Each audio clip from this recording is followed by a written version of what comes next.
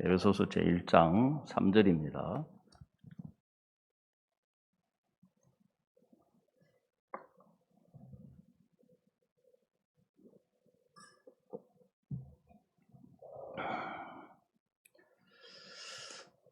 찾으셨으면 제가 읽도록 하겠습니다. 찬송하리로다 하나님 곧 우리 주 예수 그리스도의 아버지께서 그리스도 안에서 하늘에 속한 모든 신령한 복으로 우리에게 복 주시되 곧 창세전에 그리스도 안에서 우리를 택하사 우리로 사랑 안에서 그 앞에 거룩하고 흠이 없게 하시려고 그 기쁘신 뜻대로 우리를 예정하사 예수 그리스도로 말미암아 자기 아들들이 되게 하셨으니 이는 그의 사랑하시는 자 안에서 우리에게 거저 주시는 바 그의 은혜의 영광을 찬미하게 하려는 것이라. 우리가 그리스도 안에서 그의 은혜의 풍성함을 따라 그의 피로 말미암아 구속 곧 죄 사함을 받았으니 7절 말씀까지 읽어드렸습니다.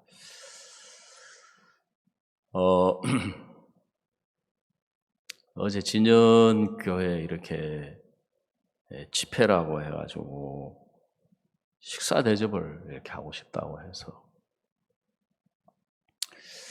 예수님은 외식을 하지 말라고 하셨는데 물론 그거하고 좀 다른 외식이지만 이제 그 자매님의 그 남편 되시는 분하고 좀 교제를 이렇게 하기를 원하셔가지고 식사 자리를 이렇게 마련을 했는데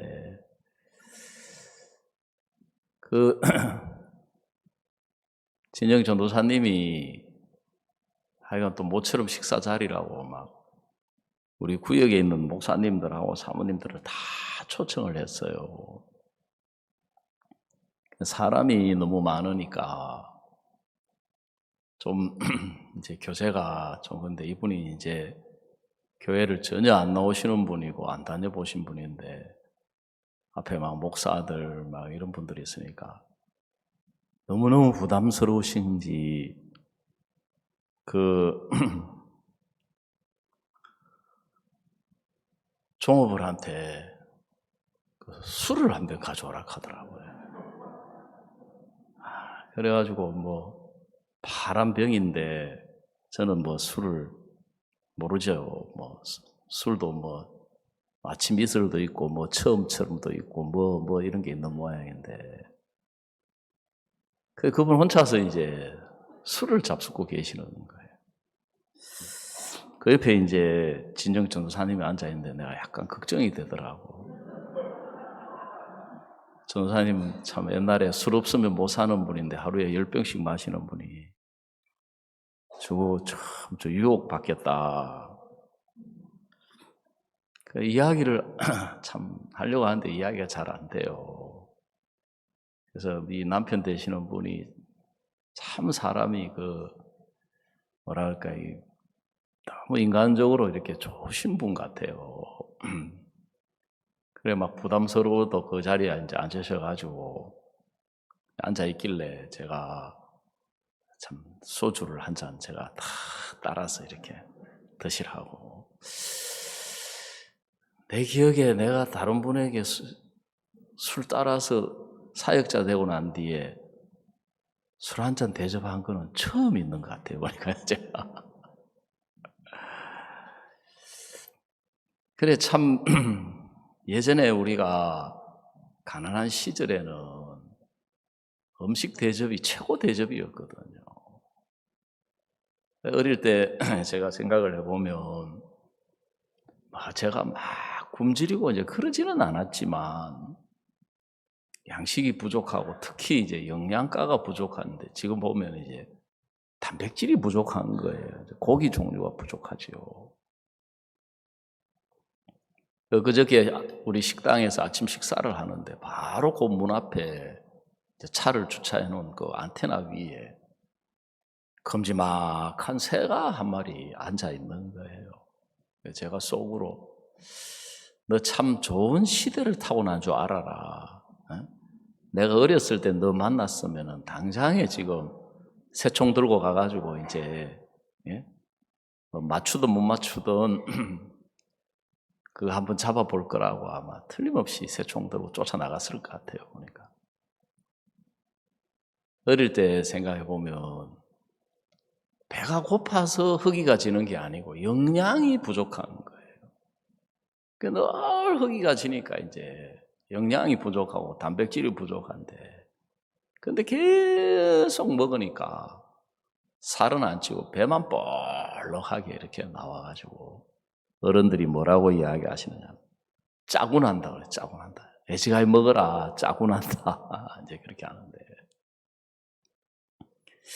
참 하나님의 은혜로 우리나라가 이렇게 잘 살게 되고 잘 먹게 되고, 지금 우리가 남는 음식, 버리는 음식만 해도 북한 동포들 다 먹고도 남을 정도로 이렇게 이제 풍족한 사회가 됐거든요.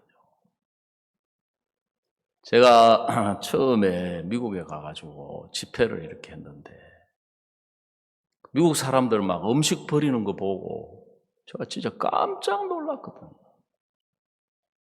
이야, 이 사람들 이렇게 귀한 음식을 이렇게 버리냐.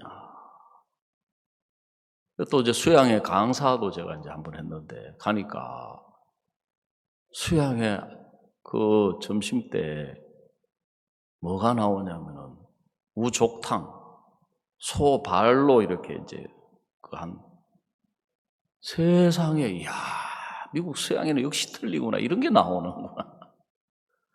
그 다음에는 소꼬리곰탕이 나오는 거예요. 이야, 이 소꼬리 한 마리 이거 백화점 가서 살려고 하면은 15만 원은 줘야 되는데. 그 다음에는 보니까 소 머리를 이렇게 그 삶아가지고 막 그 수육 있지 않습니까? 깜짝 놀랐어요. 그래, 나중에 이제 알았는데, 한국에서는 그게 그렇게 비싼데, 미국에서는, 미국 사람들은 그걸 안 먹는 거예요. 다 잘라내고, 다리 버리고, 꼬리 버리고, 내장 버리고, 소머리 버리고, 고기 살만. 그런데 우리는 뭐, 소 내장부터 시작해서 안 먹는 게 없지 않습니까? 그래, 이렇게 생각을 해보면, 이렇게 우리나라가 잘 먹고, 잘 입고, 잘 사는데도, 사람들이 이제 행복한 사람이 많지가 않는 거예요. 근데 하나님의 은혜로 우리가 구원을 받아가지고 예수님 안에 살고 있으면서, 제가 어저께 어떤 청년 형제하고 이렇게 상담을 하면서 이야기를 했어요. 자꾸 이제 형제가 좋은 직장, 이제 좋은 직장이라고 하는 것은 이제 사람들 보기에 월급도 많이 받고, 사람들이 그 회사 그러면 괜찮은 회사지. 소위 말하는 이제 브랜드 이미지라 그러잖아요. 그 다음에 이제 그런 걸 이제 계속 찾고 있는 거예요. 그래서 형제, 내 생각에는 그래, 우리가 그런 좋은 조건을 갖추어서 그렇게 하는 것도 참 좋지만, 그리스도인은 기본 직장을 선택할 때 내가 신앙을 할 수 있느냐, 내가 주님과 동행할 수 있느냐, 그러면 좀 보수가 좀 작아도 신앙생활을 할 수 있으면 그게 좋은 거 아니겠냐. 아브라함과 롯이 양떼가 많고 소떼가 많고 번성하고 부유해도, 아브라함은 좀 어려워도 가나안 땅에 거하고 롯은 요단더를 선택해 간 그 결과가 하나님과 멀어지니까 결국은 신앙이 잃어버리면 그리스도인은 모든 걸 잃어버리게 되는 것이거든요. 근데 우리는 그거는 생각을 안 하고 자꾸 좋은 형편, 좋은 조건, 좋은 걸 계속 얻으려고 하는데, 그것만 쫓아가다 보면 내가 잃어버리는 것은 생각을 못하는 거예요. 얻으려고만 하는 데 있으니까. 그러니까 시간을 잃어버리고, 주님을 잃어버리고, 복음을 잃어버리고, 믿음을 잃어버리고, 은혜를 잃어버리고. 그 사탄이 이제 그렇게 우리를 끌어가는 거예요. 삼손이 능력이 모자라고 힘이 없어서 망한 게 아니고, 삼손은 나시린으로 태어나서 누구보다도 큰 하나님의 힘과 능력을 받은 사람이었거든요.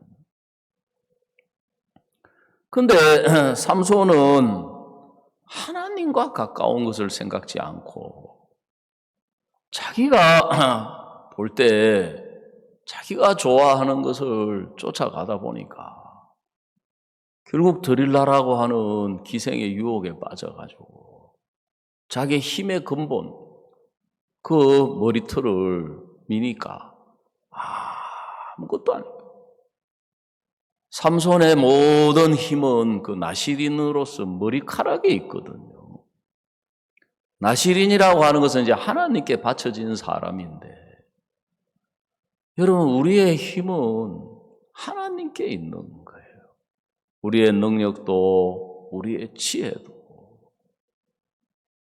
여러분, 어린아이가, 초등학생들이 아무리 지가 능력이 없고 부족해도 아버지가 능력이 있고 재산 있고 지혜가 있으면 그 아이는 잘 살 수 있는 거예요.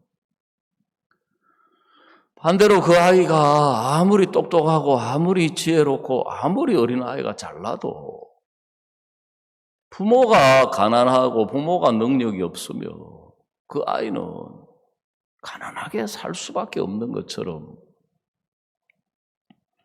우리는 이제 우리의 모든 것들은 하나님과 우리 사이에서 이제 이루어지는 것인데, 우리는 그것보다는 우리가 눈에 보는 것들이 크고 눈에 보는 것들이 귀하고 눈에 보는 것들이 우리에게 우리를 행복하게 만들어줄 것처럼 그렇게 생각하며 살아간다는 거죠. 오늘 우리가 읽은 이 성경 말씀 에베소서에 보니까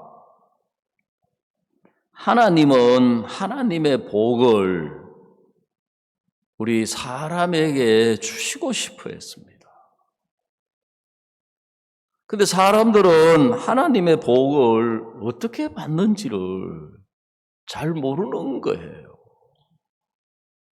그 앞에서도 말씀드렸지만 저도 어려서 집이 가난하고 그래서 제가 하나님의 복을 받고 싶어서, 하나님을 믿고 예수님을 믿으면 복을 받는다고 해서 복을 받고 싶어서 제가 이제 교회를 나갔거든요.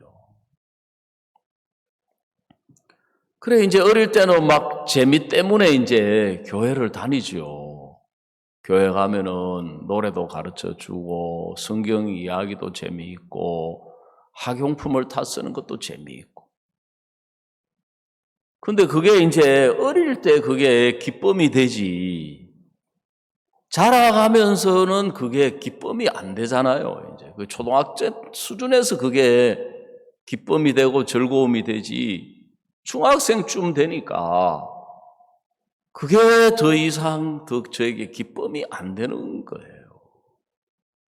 왜냐하면 초등학교 때 만나는 현실이 다르고 중학생 때 만나고 고민하는 문제가 다르고 고등학교 때 또 생각하고 고민하는 문제가 다른 거예요.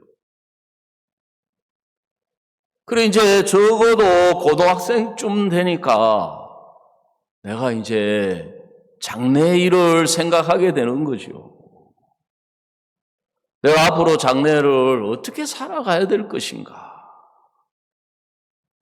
근데 제 앞에 주어지는 현실은 내가 원치 않는 일들을 계속해서 만나게 되는 거예요. 지금 생각해 보면 그걸 이제 하나님이 허락하셨던 거예요. 성경에 신명기라는 성경에 하나님이 이스라엘 백성들에게 뭐라고 말씀을 하셨느냐 하면은, 너를 낮추시고 너를 시험하사 마침내 내게 복을 주려 하심이었느니라 그랬습니다.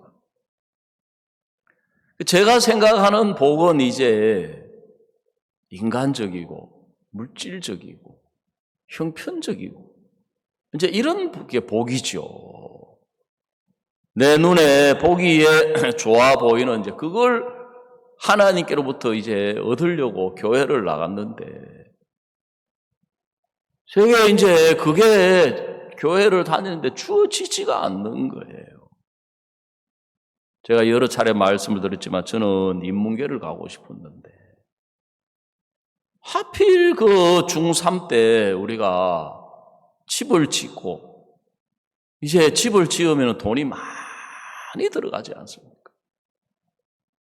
집을 짓고 난 뒤에 갑자기 동생이 아파가지고 막 병원비가 들어가고 제가 인문계 갈 도저히 막 그 형편이 안 되는 거예요. 그 공고를 가라 그래서 제가 아예 뭐 고등학교 가지 말고 집에 농사를 지을까 그 생각을 했었어요. 산이 있으면 산에다가 산수박을 짓겠는데 산이 없고 논이 있으면 논에다가 벼농사를 짓겠는데 논도 없고 그래서 나오는 말이 뭐냐 하면은 소도 비빌 언덕이 있어야 되는데 어디 비벼보려고 하니까 언덕이 없는 거예요. 아마 그렇게 했으면 뭐 또 인문계 보냈겠지요. 그 어린 나이에 이제 제가 그렇게 생각을 해본 거예요. 농사를 지어보려고 하니 논이 있는 것도 아니고 밭이 있는 것도 아니고 산이 있는 것도 아니고 이제 어쩔 수 없는 형편에 떠밀려 가지고 이제 원치 않는 곳을 가니까 그것도 어렵고 힘들고. 근데 제가 그때 제일 고민이 뭐였느냐 하면 제 장래가 안 보이는 거예요. 제 앞길이 안 보이는 거예요. 막막한데. 저는 오랜 동안 성경에 있는 그 복을 물질적이고 형편적인 걸로 생각을 했어요. 그런데 성경에 나오는 그 복은 마침내 내게 복을 주려 하셨느니라 하는 그 복은 복의 근원이신 예수님이신 거예요. 오늘 우리가 읽은 이 성경 말씀에 보니까 찬송하리라도 하나님 곧 우리 주 예수 그리스도의 아버지께서 그리스도 안에서 하늘에 속한 모든 신령한 복으로 우리에게 복 주시되 그랬어요.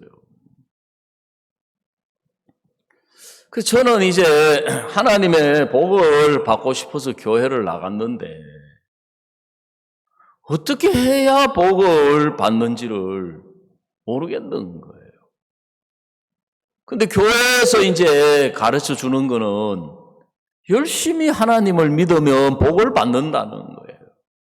열심히 교회를 다니면 복을 받는다는 거예요. 열심히 하나님을 믿는 게 뭐냐? 우리 교회에서 가르쳐 주시는 것은 주일 성수다. 그 주일 성수가 뭐냐 하면은 일요일 날을 성수, 주일을 거룩하게 지켜야 된다. 그래서 이제 주일을 거룩하게 지키려면 구체적으로 어떻게 해야 되느냐 하면 일을 하면 안 되는 거예요. 어떤 일이든지. 불을 피워서도 안 되고 버스를 타도 안 되고 뭐 가난한 시절이니까 버스 탈 일은 없지요. 그때는 밥도 하면 안 되고 빨래도 하면 안 되고 학생이니까 공부도 하면 안 되는 거예요. 주일날은. 제일 곤란한 때가 언제냐 하면 내일 월요일날 시험인데 그동안 막 이래저래 이제 막 밀려가지고 이제 한 이틀 전에 막 그 당일치기 공부하는 거 있잖아요. 왜 벼락치기 하잖아요. 근데 그 패턴은 요즘도 좀 별로 안 변하는 것 같더라고요. 우리 여기 있는 대학생들 지내보니까 평소에 공부하는 것 같지 않더만은 시험 앞두고 갑자기 막 밤을 새워가면서 막 한 며칠 전부터. 그래서 저보다는 좀 나아지긴 나아졌어요. 저는 뭐 한 이틀이나 3일 막 벼락치기 공부. 일요일이 이제 그죠, 시간이 중요한 시간인데, 그래서 이제 제가 머리를 썼어요. 그러면은 저 언제까지냐 물으니까 해질 때까지, 이제 저녁 또 어떤 분은 12시까지라고 하고, 뭐 해질 때까지 공부를 하면 안 된다는 거죠. 그래서 내가 좀 오후에 실컷 잠들었다가 이제 저녁에 해지고 나면 일어나가지고 그때부터 내가 밤새워 공부해서 내일 시험 쳐야 되겠다 그랬는데, 농촌에 뭐 힘들게 이리저리 쫓아다니고 하다 보니까 눈을 뜨는데 저녁 8시, 10시가 아니고 동창이 밝았느냐 노고질이 우시다. 큰일 났어요. 그러니까 벌써 이제 해가 다음 날이 돼가지고 막 학교에 가가지고 막 시험 치기 막 2시간 전부터 막 했던 기억이 나거든요. 왜 그렇게 살았느냐 하면 그래야 복을 받는다고 하니까. 그래 또 이제 뭐 주일 성수해야 된다, 이웃을 사랑해야 된다. 그때 이제 제가 기억에 남아 있는 거는 하나님 말씀대로 살아야 된다는 거죠. 하나님 말씀대로. 참 지금 생각해 보면 그게 얼마나 어려운 이야기인데, 불가능한 이야기인데, 우리처럼 이 세상에 몸담고 추하고 더럽고 인간 속에서 온갖 악하고 미워하고 시기하고 질투하고 탐내고 이런 마음으로 가득 차 있는 사람이 생각만 선하게 살아야지 그 생각이거든요. 그게 신앙이 너무너무 힘든 거예요. 신앙이 너무너무 어려운 거예요. 갈수록 신앙도 힘들고 인생의 짐도 무거워질 그때 제가 이제 우리 교회를 만나가지고 복음을 듣고 죄사함을 받은 거예요. 그 여기 보면 에베소서 1장 7절에 우리가 그리스도 안에서 그의 은혜의 풍성함을 따라 그의 피로 말미암아 구속 곧 죄 사함을 받았으니 그랬습니다. 그 죄 사함을 받는 이게 왜 중요하냐 하면, 성경은 죄 사함을 받으면 우리 마음에 하나님의 성령을 선물로 주시겠다고 했습니다.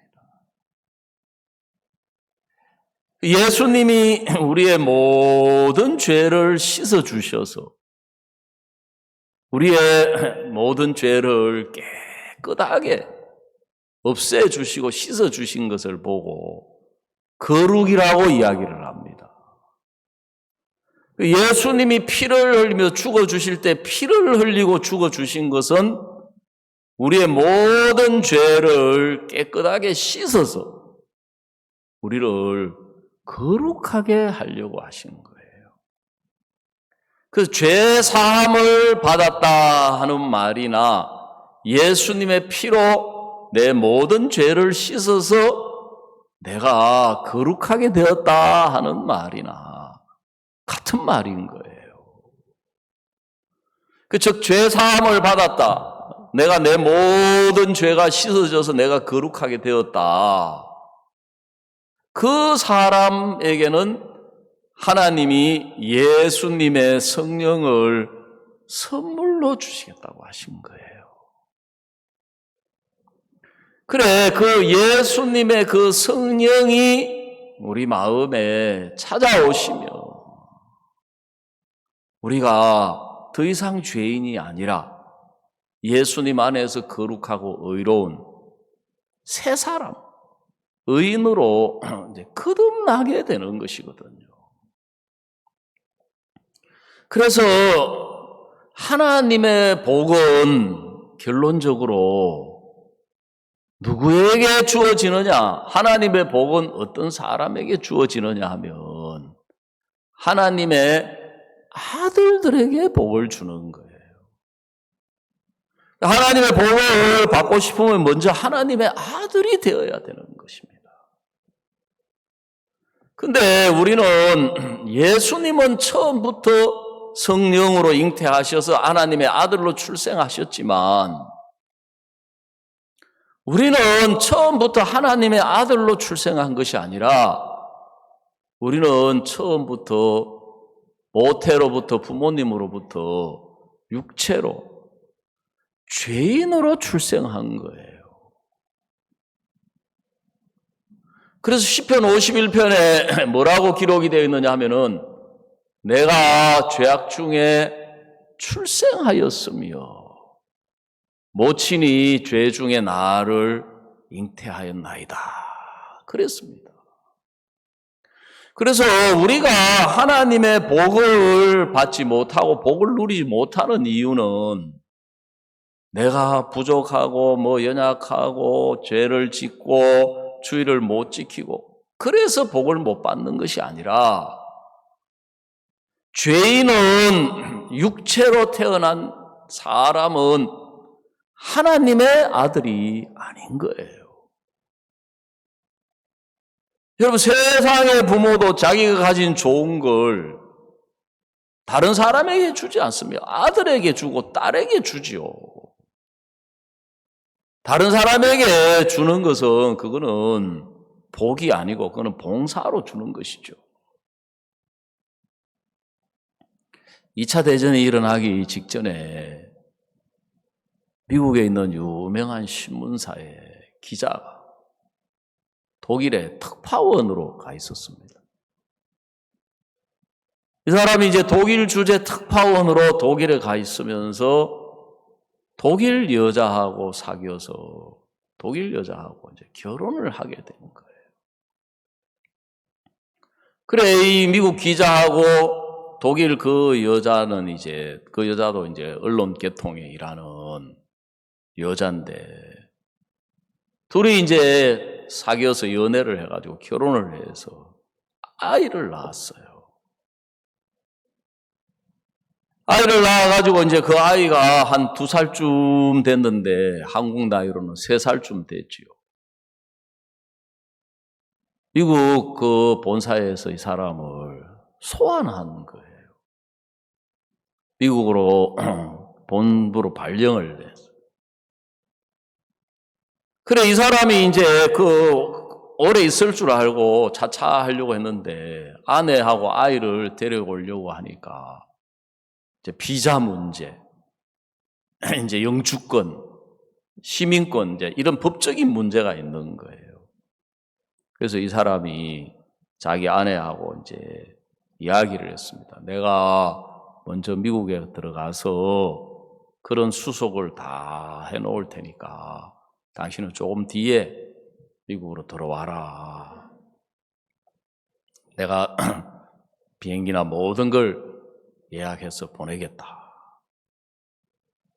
그래, 이제 그 독일에서 이제 마지막 저녁 식사를 그 아내하고 아들하고 같이 이제 식사를 한 거예요. 식사를 마치고 이제 모퉁이를 돌아 나오는데 거기에 쇼 윈도우 위에 인형이 쫙 있는 거라요. 아들이 아빠 저거 사줘 저거. 그래 가니까 막 크다란 아들이 곰돌이 인형을 너무너무 좋아하는 거예요. 그거 사고 싶다는 거죠. 그래서 아빠가 돈을 지불하고 그걸 사주면서 이름을 뭐라고 짓지? 하고 물으니까 아들이 제키 하는 거예요. 제키. 그래, 그러면 이름을 제키라고 하자. 아들이 막 너무너무 좋아하면서 곰돌이 인형을 안고 제키야. 그래, 그 다음날 이제 이 미국으로 이제 떠났는데 며칠 뒤에 2차 세계대전이 일어난 거예요.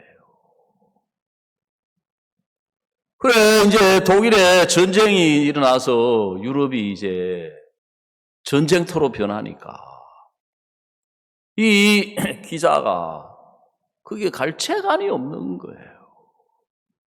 1년이 가고 2년이 가고 3년이 가고 5년이 지난 뒤에 전쟁이 끝이 났어요. 독일의 패망으로. 그래 이제 이 사람이 제일 먼저 아내하고 아들을 찾아서 수소문을 해보고 아내가 근무하던 직장을 찾아보니까 폭격을 맞아가지고 그 아내가 죽은 거예요. 근데 아들은 살아있는 것 같다는 이제 이야기를 들었어요. 그래서 이 기자가 혹시 싶어가지고 이제 독일에 있는 고아원을 막 찾아다니는 거예요. 진짜 우리나라도 전쟁 뒤에 고아들이 많았잖아요. 그래가지고 이제 입양을 했는데 그때 유명한 그 입양한 단체가 홀트 아동복지회라고. 그 홀트 씨는 죄사함을 받고 거듭난 분이에요. 홀트 아동복지회라고 이제 그런 것처럼 그래서 막 그 독일의 막 고아원마다 고아들로 넘치는데 소문이 난 거예요. 미국인 기자가 자기 아들을 찾고 있다. 그래 이 기자가 이제 그 고아원에 가가지고 막 자기 아들을 찾는데 이 원장들이 막 한 명이라도 이 기자한테 입양을 시켜서 보내려고 교육을 시키는 거예요. 아빠라고 해라, 아빠라고 해라, 아빠라고 해라. 그래 그 소문이 이제 진짜 이 기자 아들이 있는 그 고아원까지 이제 소식이 들린 거예요. 그래 이 기자가 가는 데마다 이렇게 보니까 자기 아들이 아닌 거예요. 또 실망하고 또 가서 아이들 보니까 또 못 찾아 실망하고 또 못 찾아가 실망하고. 근데 이제 자기 이제 아들이 진짜 아들이 있는 고아원까지 왔어요. 그 원장이 이제 이 아들에게 교육을 시키는 거예요. 미국 기자가 오면은 네가 아들이라고 해라, 아빠라고 불러라. 그러면서 이제 교육을 쫙 시키는. 그래서 이제 드디어 그 기자가 그 고아원에 왔어요. 그래 여기 아이들 중에 당신 아들이라고 생각되는 닮은 사람이 있느냐. 그래 이제 거기 좀 비슷한 것 같아서 그 아들. 그래 이제 그 아들을 이 원장님이 교육을 시킨 거예요. 아빠, 내 아빠 아들이에요. 뭐 아빠 태어났어요. 엄마도 있었어요. 근데 이 이제 기자가 이 아이가 진짜 자기 아들인지 아닌지 세월이 이제 한 3살 때 보고 5살, 5년 정도 흘러서 한 8살이 됐으니까 확인할 수가 없는 거예요. 확실히 안 서는 거예요. 그래가지고 이제 이 아들을 데리고 길을 이제 걸어가면서 이제 식사를 하면서 진짜 자기 아들인지 아닌지 이제 알고 싶었던 거죠. 근데 길 모퉁이를 가는데 곰돌이 인형이 하나 거기 나뒹굴어져 있는데 이 아들이 그걸 보더니만은 제키다, 제키다. 예? 제키를 알고 있는 사람은 누구밖에 없어요? 자기 아들밖에 없는 거예요. 그래가지고 이 아들이 진짜 내 아들이 맞구나. 왜? 아들이라는 비밀이 제키잖아요. 제키. 제키를 알고 있는 아이는 자기 아들밖에 없는 거예요. 그래서 이제 부자가 극적으로 아들인 게 확인이 되어서 결론은 그 아이가 행복하게 잘 살았다는 이야기가 있는 거예요. 여러분 성경에 하나님이 우리를 복 주시고 싶어서 하나님은 우리 보고 연보 많이 하면 복 줄게 안 그랬어요. 기도 열심히 하면 복을 주마. 전도 열심히 하면 복을 주마. 근데 제가 교회를 다니면서 배웠던 복을 받는 거는 율법이었던 거예요. 율법. 그 성경에 복을 받는 2가지 방법이 있는데 하나는 율법으로 말미암아 복을 받는 것이고 하나는 예수님으로 말미암아 복을 받는 것인데 이 두 가지는 성격이 완전히 달라요. 율법은 조건이 있습니다. 그 조건이 충족되어야만이 복을 줄 수가 있는데 그 율법으로 복을 받는 것은 그 율법을 다 지켜서 우리가 다 지켜서 행하면 그걸 실천을 하면 하나님이 복을 주시겠다 그랬어요. 그 사람들은 이제 그렇게만 알고 있는데 반대로 그걸 실천하지를 못하면 저주를 받게 돼 있는 거예요. 신명기 28장에서 하나님께서 분명히 말씀하시기를 내가 너에게 명하는 이 모든 명령을 지켜 행하면 나가도 복을 받고 들어와도 복을 받고 떡반죽 그릇이 복을 받고 의양의 새끼가 복을 받고 남종이 복을 받고 여종이 복을 받고 내 문 안에 객이 복을 받고 전부 다 복인 거예요. 근데 이 모든 것을 다 지켜서 행하지 아니하면 그랬어요. 반대로 나가도 저주 들어와도 저주 우양의 새끼가 저주를 받고 떡반죽 그릇이 저주를 받고 남종이 저주 여종이 저주 네 문 안에 객이 저주 전부가 저주인 거예요. 성경학자들이 율법이 몇 가지나 되는 거 하고 헤아려 보니까 어떤 성경학자는 613가지라 그러고 어떤 성경학자는 630가지라고 이야기를 하는데 여러분 그걸 지켜서 복 받을 수 있는 사람이 아무도 없어요. 결국은 그 사람은 저주를 받게 돼 있는 거예요. 그 하나님은 이제 복을 주시고 싶은데 율법을 통해서는 복을 주실 수가 없는 거예요. 그래서 하나님이 복을 줄 수 있는 길을 하나 마련하셨는데 그거는 예수님을 통해서 복을 받는 것인데 그거는 우리가 죄를 짓지 않거나 우리가 하나님을 섬기거나 우리가 하나님 뜻대로 해서 복을 받는 것이 아니고 그 모든 것을 예수님이 지켜서 예수님이 순종하시고 예수님이 하나님의 뜻을 행해서 우리가 예수님으로 말하면 그걸 은혜로 수고는 예수님이 하고 복은 우리가 받도록 그렇게 하신 거예요. 그래서 다시 말하자면 왜 그렇게 하셨느냐 하면은 율법은 아무리 지킬 수도 없으니와 율법은 아무리 지켜도 그거는 아들은 아니에요. 그래서 성경은 율법은 종노릇 한다 그랬습니다. 율법은 뭔 노릇 한다고요? 종노릇 하는 거예요. 종인 거예요. 종은 자기가 노력한 대가로 복을 받는 거예요. 노력하고 일한 대가로 주인으로부터 받아서 살아가는데 근데 결국은 종의 마지막은 쫓겨나는 거예요. 버려지는 거예요. 언제? 아들이 왔을 때. 주인은 자기의 좋은 모든 것을 결국은 종에게 주겠습니까? 아들에게 주겠습니까?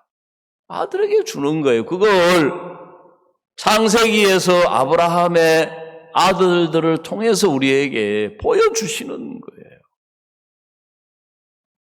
아브라함이 아들이 없을 때 하갈을 통해서 종을 낳았습니다. 하갈은 종인데 그 하갈을 통해서 아들을 낳았는데 이스마엘인 거예요. 그래서 그 이스마엘이라고 하는 그 아들이 그 집에서 아들 노릇을 했어요. 아버지, 아버지, 아버지 하고 불렀어요. 근데 이제 때가 되니까 하나님이 약속하신 대로 종 말고 자기 아내 사라를 통해서 아들을 낳았는데 이삭인 거예요. 그래 결국 이삭이 태어나니까 이 이스마엘은 집에서 쫓겨나는 거예요. 왜요? 하나님의 모든 아버지의 하나님이 아니라 아브라함의 모든 복은 종에게 주어지는 것입니까? 아들에게 주어지는 것입니까? 아들에게 주어지는 거예요.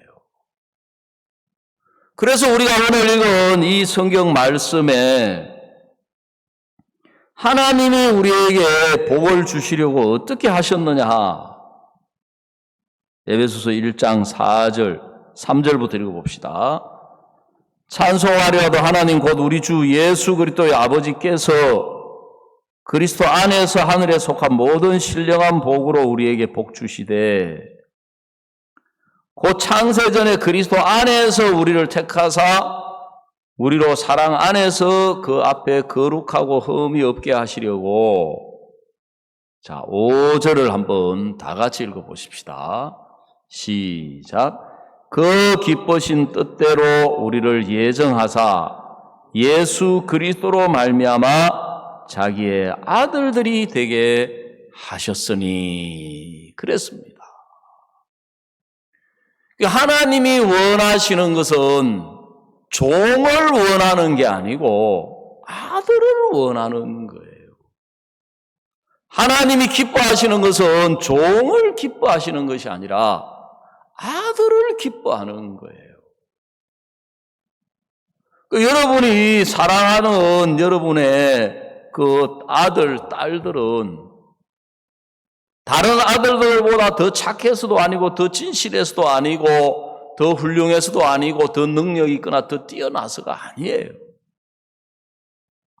여러분이 여러분의 자녀를 사랑하는 이유는 딱 한 가지예요. 내 아들이기 때문에. 맞습니까? 내 씨에서 나왔기 때문에 다른 어떤 내 아들보다 더 훌륭한 사람도 많고 더 뛰어난 아이들도 많고 더 착한 아이도 많고 더 진실한 아이도 많고 아무리 좋은 조건을 가진 아이들이 많아도 내가 사랑하고 내 모든 것을 줄 수 있는 아들은 내 씨에서 나온 내 아들인 거예요. 결론적으로 우리가 하나님의 복을 받으려면 하나님의 아들이 되어야 되는 거예요. 근데 사람들은 어떻게 해야 내가 하나님의 아들이 되는 줄을 모르니까 율법의 종노릇 하는 것처럼 내가 착하게 살면은 복을 주실까? 내가 진실하게 살면, 내가 주의를 잘 지키면, 봉사하면, 구제하고 뭔가 내가 애쓰고 내가 수고하고 내가 노력을 해야 내가 또 하나님을 잘 섬겨야 복을 주실 것 같은 생각을 갖는 거예요. 근데 우리가 만약에 그렇게 해서 하나님이 복을 주신다면 그거는 은혜로 복을 받는 것이 아니라 대가로. 그거는 아들이 아니에요. 종이에요, 종. 종은 수고를 했기 때문에, 일을 했기 때문에 주인이 주는 밥을 먹고 주인의 집에서 잠을 자고 살 수가 있는데 아들이 아니에요. 그래서 하나님은 우리를 아들이 되게 하시려고 예수 그리스도로 말미암아 자기의 아들들이 되게 하셨으니 그랬습니다. 하나님의 아들은 내 노력으로 내가 착하게 살고 내가 진실하게 살고 내가 하나님을 잘 섬겨서 하나님의 아들이 되는 게 아니고 누구로 말미암아 하나님의 아들이 되는 것이다. 예수님으로 말미암아 하나님의 아들이 되는 거예요. 예수님으로 말미암아 하나님의 아들이 된다는 것이 바로 앞에서 말씀드린 것처럼 구체적으로 하나님 안에서 우리가 거룩하고 흠이 없게 하시려고, 즉 하나님의 아들이 되게 하시려고 하나님이 예수님을 보내셔가지고 그 예수님이 우리 모든 죄를 짊어지게 하신 거예요. 그 예수님이 모든 허물을, 우리의 모든 연약함을, 모든 추함, 모든 악한 것을 예수님이 전부 짊어지시고 십자가에 가서 피 흘려 죽으심으로 그 피가 우리 모든 죄를 씻어서 깨끗하게 하셨다. 우리의 모든 허물을 씻어서 깨끗하게 하셨다. 거룩하게 하셨다. 그래서 우리가 내 죄를 씻으신 예수님, 나를 거룩하게 하신 예수님, 나를 의롭게 하신 그 예수님을 믿으면 죄사함을 받으라. 그리하면 성령을 선물로 주시리니 그랬거든요. 그럼 내가 죄가 사해졌구나, 거룩해졌구나, 깨끗해졌구나, 내 죄가 다 없어졌구나, 그 마음을 받아들이면 그 다음에 성령을 선물로 주신다. 우리 갈라디아서 그 앞에 있는 성경 4장 6절,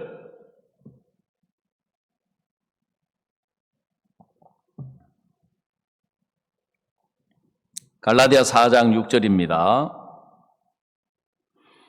너희가 아들인 고로 하나님이 그 아들의 영을 우리 마음 가운데 보내사 아바 아버지라 부르게 하셨느니라 그랬습니다.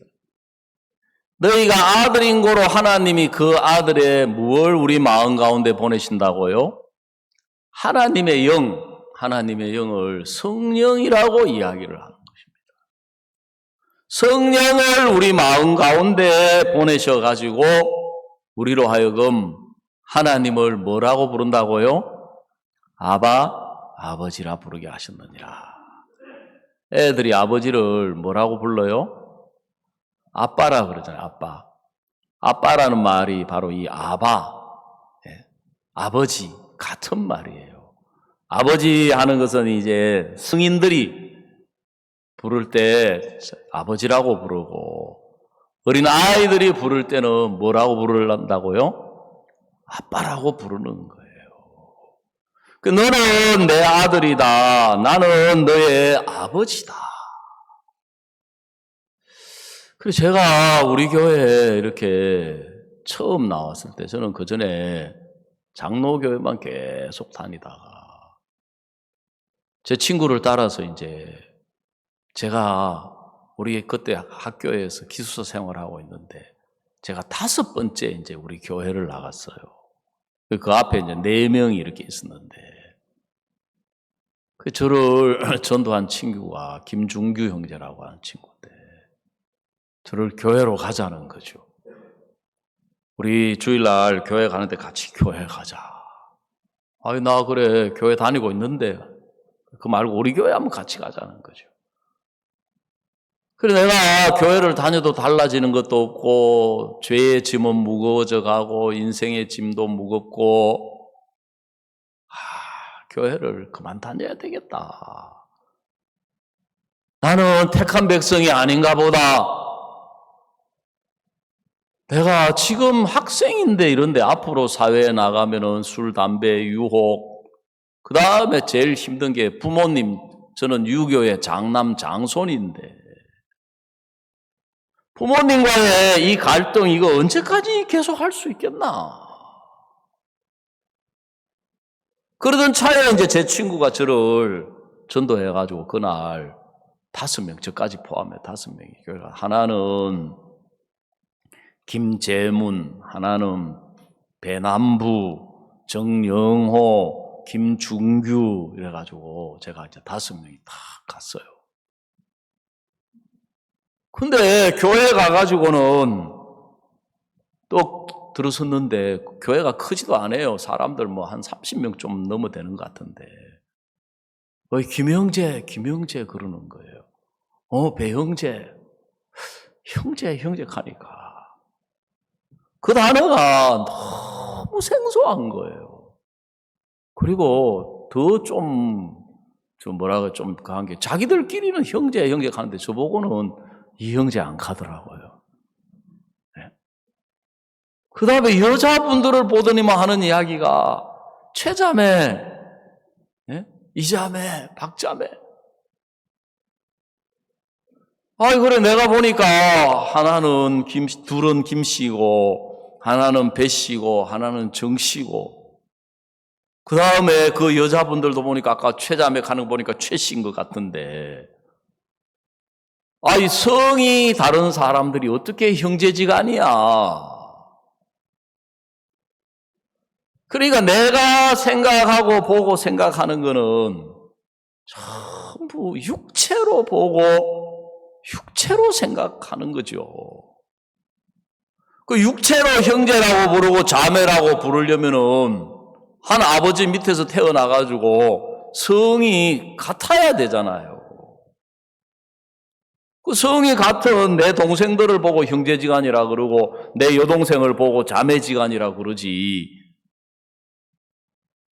다른 그 사람들을 보고 형제 자매라고 할 수가 없지 않습니까?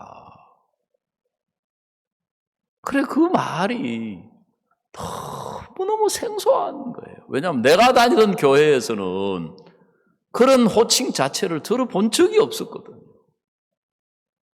내가 다니던 교회에서는 집사님, 장로님, 전도사님, 구역장님, 나머지는 전부 성도님.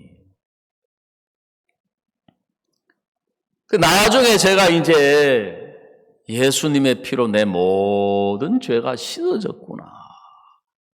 내가 의롭게 됐구나. 내가 거룩하게 됐구나. 그걸 깨닫고 나서 알고 보니까 형제 자매가 맞구나. 누구로 말미암아 태어나왔기 때문에. 한 아버지인 하나님으로 말미암아 우리가 새로 거듭나서 새 사람으로 하나님의 씨로 거룩한 씨로 태어났기 때문에 그래서 하나님을 우리가 아버지라고 부르는구나. 형제지간이 맞는 거예요. 자, 7절. 그래서 너희가 6절 너희가 아들인고로 하나님이 그 아들의 영을 우리 마음 가운데 보내서 아버지라 부르게 하셨느니라. 그러므로 내가 이후로는 종이 아니요 아들이니. 아들이면 하나님으로 말미암아 무엇을 이을 자니라. 유업을 이을 자다. 그러신 거예요. 그래서 우리가 하나님의 복을 받는 조건은 딴 게 아니고 내가 하나님의 아들이냐 아니냐 그것에 의해서 결정되는 거예요. 만약에 정말 여러분이 예수님의 피로 모든 죄를 씻어서 그 마음 안에 하나님의 성령이 계시면 그 성령이 나로 하여금 너는 하나님의 아들이다. 하나님은 너의 아버지시다. 그래서 예수님하고 우리하고 차이가 뭐냐면 예수님은 처음에 태어나올 때부터 성령으로 출생하셨습니다. 그분은 원래 하나님이신데 말씀이신데 태어나올 때 육체를 입고 태어나오신 거예요. 그래서 요한복음 1장에서 예수님에 대하여 뭐라고 이야기를 하시느냐 하면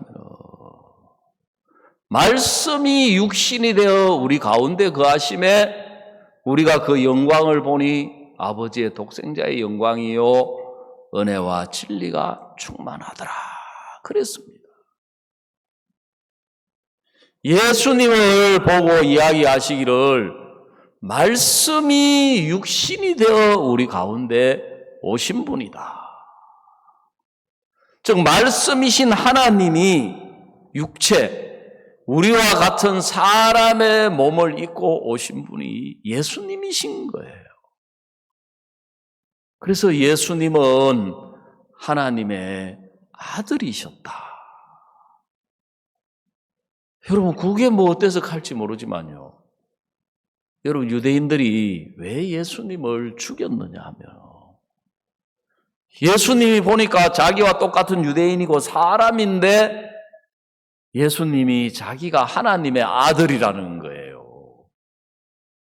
여러분 하나님의 아들이라고 하는 것은 하나님하고 같은 동격이잖아요. 동격.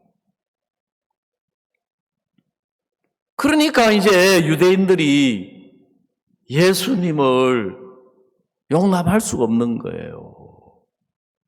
왜 보니까 사람인데 네가 하나님의 아들이라면 하나님하고 동격이란 말이냐. 여러분 아들은 아버지하고 같은 자리에서 앉아 먹습니까? 안 먹습니까? 예?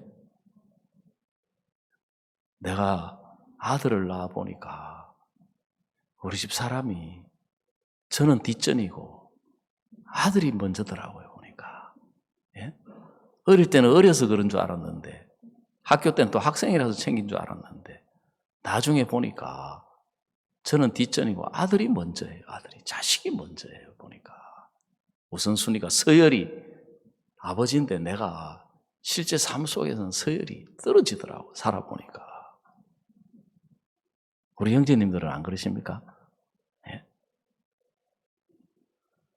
그러니까 이 아들이라고 하는 이 위치는 아버지의 모든 좋은 것을 같이 먹고 같이 마시고 같이 누리고 사는 사람인 거예요.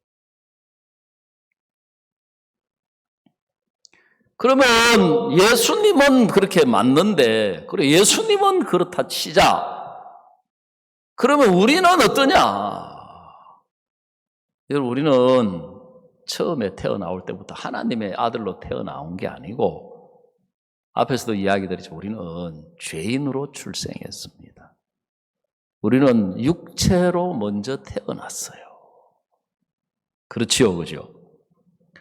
그래서 죄 사함을 받으면 성령을 받아들이는데 우리는 육체가 먼저 나와가지고 우리 마음 안에 말씀을 받은 거예요. 예? 그 순서가 예수님하고 다른데 결과는 예수님하고 똑같더라.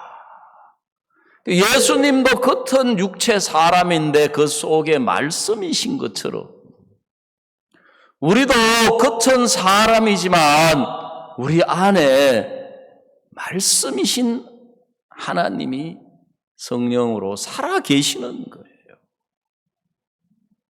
성경 한 군데 더 찾아봅시다. 베드로전서 1장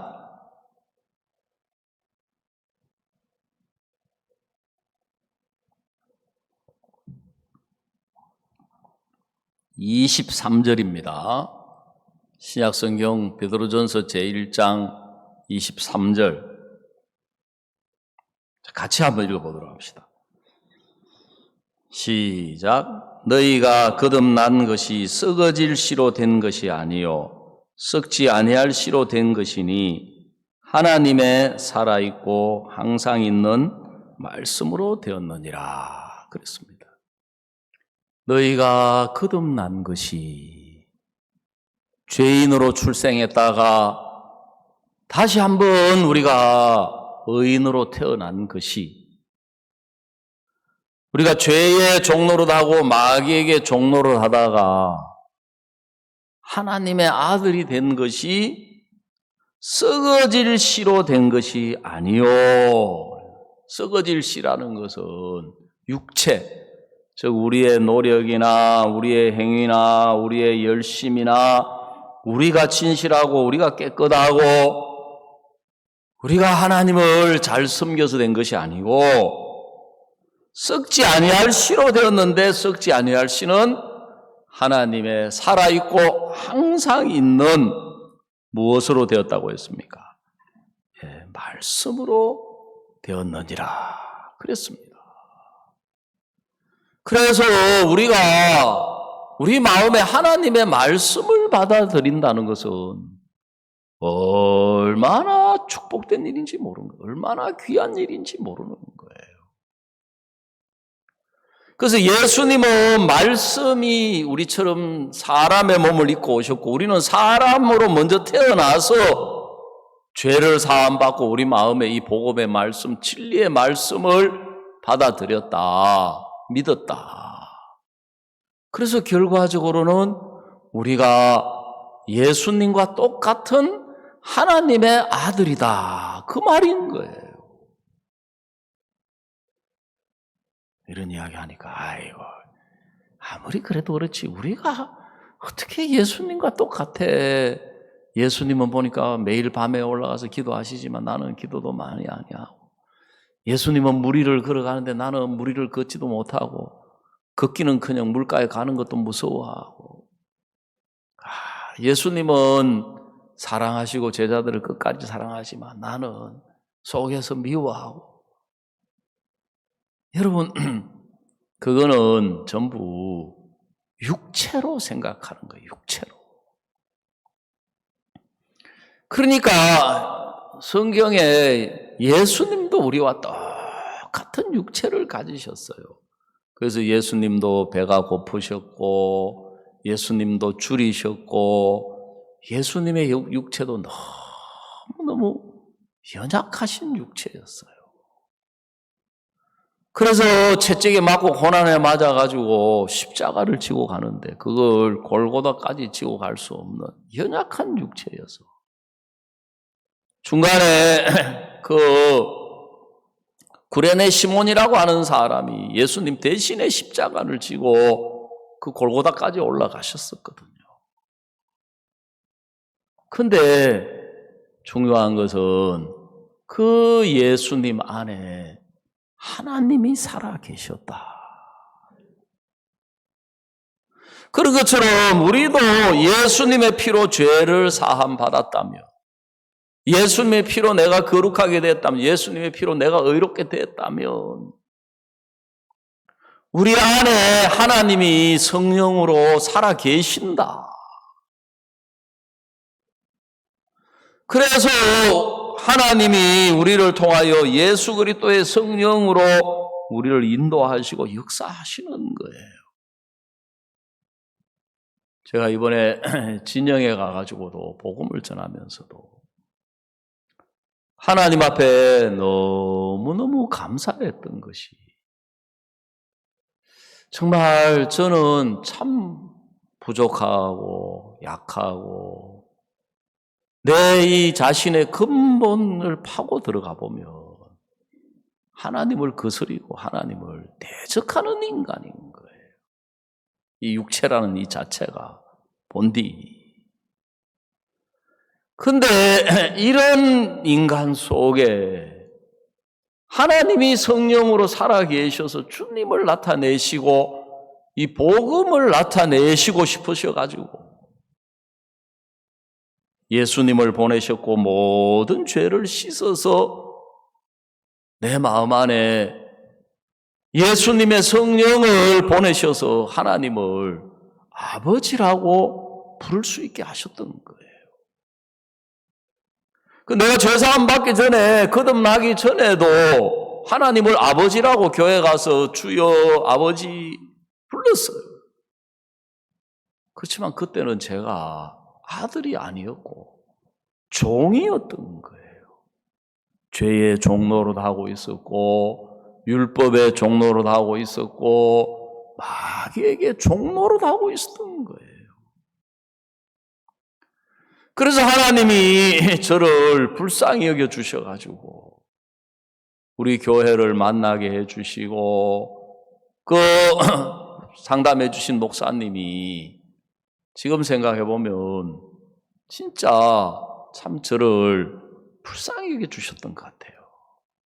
왜냐하면 저는 성경도 모르고 아무것도 모르면서 교회는 그래도 오래 다녀가지고 들은 풍월만 가지고 목사님이 이야기하는 것마다 제가 딱꼭 제가 따졌거든요. 따져 물었어요. 그때 목사님이 학생 교만한 놈 아무것도 모르면서 성경도 서푸르지도 모르면서 뭘 안다고 그래? 에? 그래가지고 막 저를 책망하셨더라면 아마 제가 그 뒤에 교회 나갈 생각을 안 했을 것 같아요. 아이. 근데 제가 무슨 이야기를 하든지 목사님은 성경을 펴내가지고 성경을 하나하나 짚어주시면서 그래 학생 그거는 그런데 성경은 이렇게 이야기한다.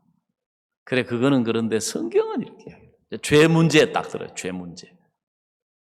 그래 우리 교회에서는 죄를 회개 기도하고 용서를 빌어야 죄가 씻어진다고 배웠습니다. 용서를 빌어야 죄를 용서해 주는 거 아닙니까? 목사님은 또 성경을 펴가지고 지금 생각하면은 레위기 17장이었던 것 같아요. 육체의 생명은 피에 있습니다. 내가 이 피를 너희에게 주어 단에 뿌려 너희의 생명을 위하여 속하게 하였네. 생명이 피에 있으므로 피가 죄를 속하느니라. 또 히브리서 9장 율법을 쫓아 그의 모든 물건이 피로써 정결케 되나니 피 흘림이 없음즉 사함이 없느니라. 그래 회개 자체가 죄를 씻어주는 게 아니고 자백 자체가 죄를 씻어주는 게 아니고 피가 죄를 씻는 거다. 찬송가까지 막 펴주시면서 봐라 나의 죄를 씻기는 예수의 피밖에 없네. 나를 정케 하기도 예수의 피밖에 없네. 그래가지고 제가 이제 그 다음 주 또 나간 거예요. 또 나가서 상담을 해가지고 이거는 왜 이렇습니까? 우리 교회에서는요, 제가 알기로는요, 우리 전도사님은요, 우리 장로님은요, 나중에 결국 내 생각에는요 하고까지 이제 나오는데 목사님은 또 그때마다 성경을 하나 펴가지고 제가 4번째 신앙 상담을 했을 때 내가 이 목사님하고 따지고 있는 게 아니고 변론하고 있는 게 아니라 내가 성경을 놓고 말씀을 놓고 이러쿵저러쿵 따지고 있구나. 성경에 비추어서 내 신앙이 잘못됐구나. 말씀에 비추어서 내 신앙이 잘못됐구나. 그러니까 내 생각이 내려놓아지는 거예요. 그래서 내가 지금까지 이렇게 교회 다녀도 이게 죄에서 벗어나지 않고 성경을 봐도 이해가 안 가고 달라지지 않았구나. 그때 이제 목사님께서 예수님이 내 죄를 영원히 씻어주셔서 내 죄가 영원히 씻어졌다. 그 말씀이 제 마음에 들어와서 내 마음을 죄에서 해방시켜 주시는 거예요. 그 말씀이 내 마음에 들어와서 내 마음을 무거운 데서 얼매인 데서부터 해방을 시켜 주시는 거예요. 그 다음부터 가서 말씀을 들어보니까 얼마나 그 말씀이 마음에 와닿는지 달게 들리는지. 그래 이제 신앙이 새롭게 시작이 될 수가 있었던 거예요. 그래서 제가 창원에 와가지고도 이런 사람 저런 사람 만나는데 내가 그분이 어떻게 나오든지 간에 이 복음을 마지막까지 전해서 그분이 받아들이고 받아들이지 않고는 그거는 자기 복에 달려있는 것이지만 하나님은 이 복음 증거하기를 기뻐하신다. 하나님은 그 죄에 빠져있는 그 사람을 예수님으로 말미암아 당신의 아들을 삼기를 원하신다. 그래서 이 창원에 있는 사람들에게도 예수님의 복을 주시기를 원하신다. 그래서 제가 이번에도 집회를 하면서 저도 뭐 믿음 이야기하지만 참 눈에 보이는 게 좋은 걸 좋아하는 사람입니다. 그래서 제가 이제 그 진영교회에 와 있는 분들은 많이 못 오게 했어요. 왜냐하면 지금 코로나가 있어가지고 방역 수칙에 의해 가지고 30명 이상 거기는 모이면 안 되겠더라고요. 그래서 가능하면 진영 집회니까 또 처음에 이야기 나올 때는 창원에 방송 장비가 있으니까 여기서 말씀 전하고 진영 식구들은 그 줌으로 들어오면 안 되나 했는데 제가 생각을 해보니까 그러면 이 진영 집회가 안 되고 창원 집회가 되겠더라고요. 또 감사하게도 우리 형제님이 방송 장비하고 다 옮겨가지고 거기서 중계하고 유튜브 또 그 줌 이렇게 중계를 했는데 갈수록 하나님이 많은 분들이 그 온라인으로 참여하게 해주셔가지고 마지막 날에는 정말 많은 분들이 이렇게 들어오셨더라고요. 그래서 정말 하나님의 복은 아들들에게 주어지는 것인데 하나님이 우리에게 그 복을 주시려고 예수 그리스도로 말미암아 자기의 아들들이 되게 하셨다.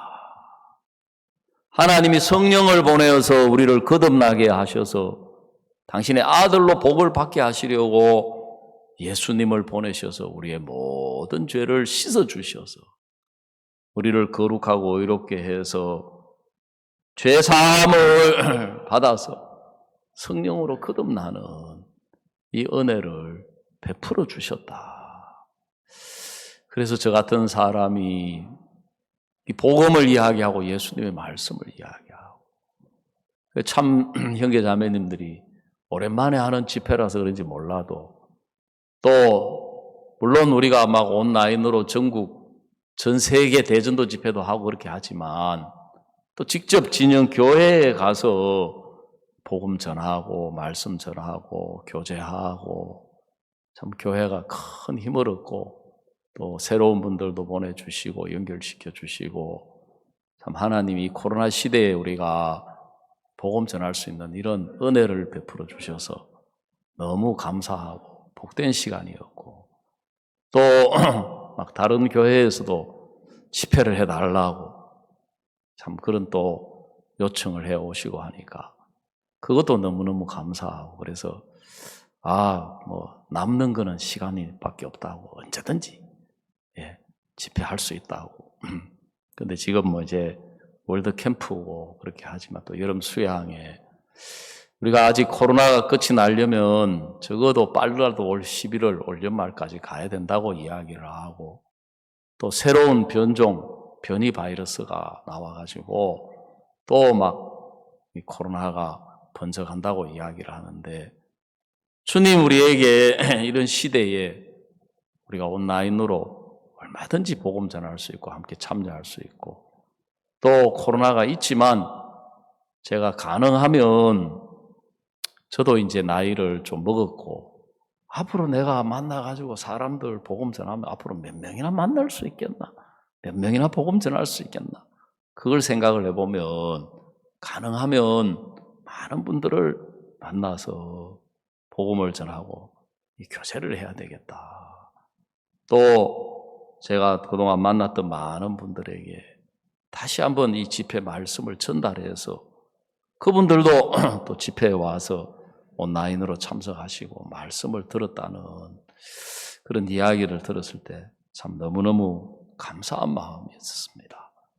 여러분 우리가 하나님의 복을 받고 하나님의 복을 누리는 것은 우리의 행위도 아니고 우리의 조건도 아니고 우리가 뭐 기도를 열심히 하거나 전도를 열심히 하거나 그게 아니라 예수님으로 죄를 씻어서 거듭나셨다면 하나님이 우리의 아버지시다.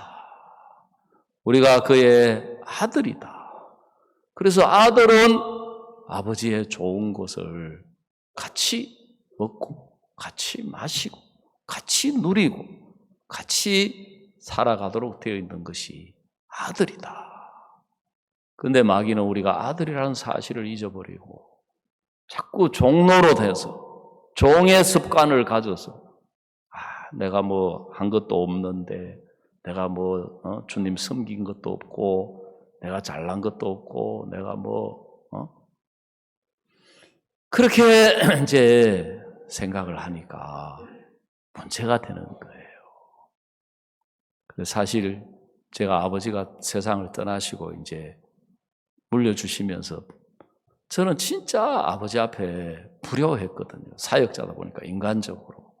제일 효도한 게 딸이에요, 딸. 딸은 아버지를 도와가지고 돈을 벌어서 집에 논도 사주고 진짜. 그런데 세상 떠나실 때 저한테도 40년 된 집을 물려주시더라고요. 물려주시고. 네. 논 세마지기 나누어주고 또 세마지기 나누어주고. 왜 그렇게 했습니까? 자식이기 때문에 그런 거예요. 그래서 우리가 아들이라면 유업을 받을 자다. 복을 함께 누리는 사람이다. 여기까지 말씀드리겠습니다. 기도드리겠습니다. 하나님 우리 아버지, 주님, 참 우리가 육체로 태어나와서 우리가 세상 사람들과 똑같이 이 세상의 육체에 속한 이 죄악된 것들을 먹고 마시고 우리가 하나님과 상관없이 썩어질 것의 종로로 다다가 죄악의 종로로 다다가 멸망으로 갈 수밖에 없는 사람들인데 하나님의 은혜가 우리를 찾아주셔서 예수님의 구원의 말씀, 진리의 복음의 말씀으로 우리 마음에 찾아주셔서 예수님 우리의 죄를 영원히 씻어주심으로 우리가 거룩하고 의로운 하나님의 아들로 하나님의 딸로 거듭나서 하나님을 아버지라 부를 수 있고 또 성령으로 하나님께서 친히 우리 가운데 살아계셔서 우리와 함께 하시고 우리를 인도하시면서 하나님 안에 있는 예수 그리스도의 은혜를, 예수 그리스도의 지혜를, 예수 그리스도의 능력을, 예수 그리스도의 모든 복된 것을 우리에게 나타내시기를 원하시고 기뻐하신 하나님 우리 아버지를 이날 우리가 오전에 감사를 드리고 찬양을 드립니다. 하나님 우리는 참 예수님으로 거듭났다고 이야기하면서도 신앙을 우리가 육체로 보고 생각하다 보니까 우리 연약함, 우리 부족함, 우리의 못난 것들, 우리의 불성실한 것들, 육체의 조건에 속한 것들로 인하여 마치 하나님의 복을 주시지 않는 것처럼 우리가 그렇게 종로로 달 때가 참 많은데 하나님 우리가 특별히 이번에 진영에서 갖는 집회를 통해서 우리가 하나님의 아들인 것과 아들이라면 아버지의 유업을 함께 받고 누리는 사람인 것을 우리가 복음의 말씀을 통해서 함께 은혜를 나눌 수 있어서 너무 감사했습니다. 하나님 우리 코로나 시대에 우리 전도 노트에 있는 사람들 우리가 이 말씀도 전달하고 교회 소식도 전달하고 그렇게 하는데 하나님 우리 아버지께서 우리도 계속해서 교회와 함께 우리가 복음으로 달려가게 해주셔서 우리 주변에 얼마나 많은 사람들이 죄악 속의 고통 가운데 얼마나 그 마음이 어려운 가운데 외형적으로 볼 때 우리나라가 잘 먹고 잘 살고 잘 입고 화려하게 보이지만 그 마음이 고통 가운데 있는 사람들이 너무 많습니다. 하나님 정말 우리 안에 예수 그리스도로 말미암아 우리를 긍휼히 여기신 그들을 긍휼히 여겨 주시고 우리에게 은혜를 베푸시 그들에게도 은혜를 베풀어 주시고 우리를 붙들어 주신 것처럼 그들도 붙들어 주셔서 우리가 같은 형제가 되고 자매가 되고 같은 교회 안에서 같은 식구가 되어서 하나님을 아버지로 모시고 주님과 함께 복음과 함께 우리가 이 코로나 시대를 이겨나갈 수 있도록 주님이 우리의 전도를 축복하시고 우리의 발걸음을 인도하여 주시옵소서. 예수님의 이름으로 기도드리옵나이다. 아멘.